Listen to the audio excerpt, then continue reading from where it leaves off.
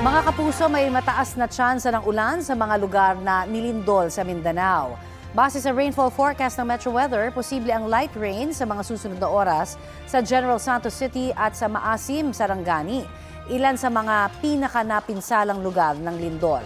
Uulanin din at posible ang moderate at kung minsan ay heavy rain sa ilan pang panig ng Mindanao.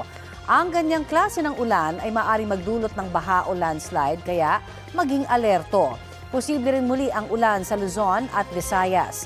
Nakataas ngayon ang thunderstorm watch dito sa Metro Manila, Bulacan, Rizal, Laguna at Cavite. May tsansa ng ulan na may kulog at kidlat sa mga nasabing lugar hanggang mamayang alas 10 ng gabi. Ayon sa Pag-asa, mga local thunderstorm ang mararanasan sa Mindanao, Visayas at malaking bahagi ng Luzon. Ulang dulot naman ng hanging habagat ang bubuho sa western sections ng northern at central Luzon.